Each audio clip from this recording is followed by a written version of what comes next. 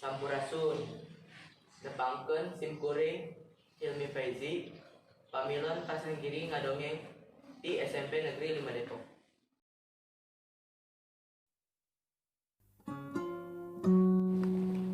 Gunung Tangkuban Parahu. Di zaman baheula aya hiji karajaan. Di karajaan eta teh hirup hiji kulawarga. Indungna nu geulis kacida ngaranna Dayang Sumbi. Atuh anu panggagah ngaranna Sangkuri. Aya oge si Tumang anjing piaranana anu sanyana mangrupa bapana. Dina hiji poe Dayang Sumbi nitah ka anakna boro uncal kaluhur.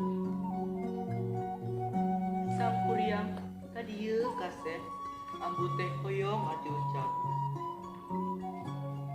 Sumangga ambu hoyong ambu ku abdi bade dituneunan ayeuna kene. Abdi bade angkat kaluhung disarengan ku si Tumang. Atuh bra mareneh ngarigit. Saprakna nepi kaluhung teu hiji-hiji acan manehna manggi uncal. Eta si Tumang teu pikir panjang deui, Sangkuriang nyokot panahna langsung ditujukeun ka si Tumang. Beureun Tumang, dugan maneh anu kudu jadi gantina. Si Tumang paeh harita kene. Sangkuriang tapaleun yen eta teh bapana anu dipanah. Geus kitu, Sangkuriang balik deui ka istana. Sangkuriang naritakeun kajadian eta ka indungna da eta Dayang Sumbi. Ngadenge si Tumang paeh, Dayang Sumbi kacida ambekna. Sangkuriang ditakol sirahna nepi ka kitab jeung diusir ti kerajaan.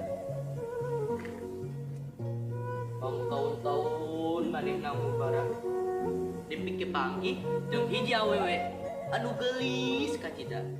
Sangkuriang teu apaleun yen eta teh Dayang Sumbi indungna anu awet ngora. Dina hiji poe Sangkuriang ngajak kawin ka Dayang Sumbi. Tapi Dayang Sumbi kacida ngorejatna ketika nimu pitak dina sirah Sangkuriang.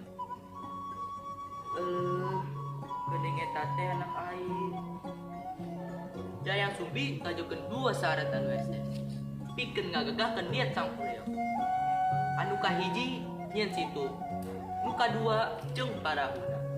Anu kudu anggeus sapeting sajan hayam kongkorongo jeung balebat ti belawetan. Sangkuriang merahkeun kasaktiana ngumpulkeun cincin. Sapeupeutih digawe nyen situ jeung parahu, acan dianggeus geus hayam kongkorongo hayam jeung balebat ti belawetan. Kongkorongo Dayang Sumbi bungahan pisan doana dikabul ku Gusti. Tapi sabalikna Sangkuriang kacida ambekna eta parahu teh ditajong ku Sangkuriang nepi ka nangku. Di harita nepi ka ayeuna disebut Gunung Tangkuban Parahu di Bandung, Jawa Barat.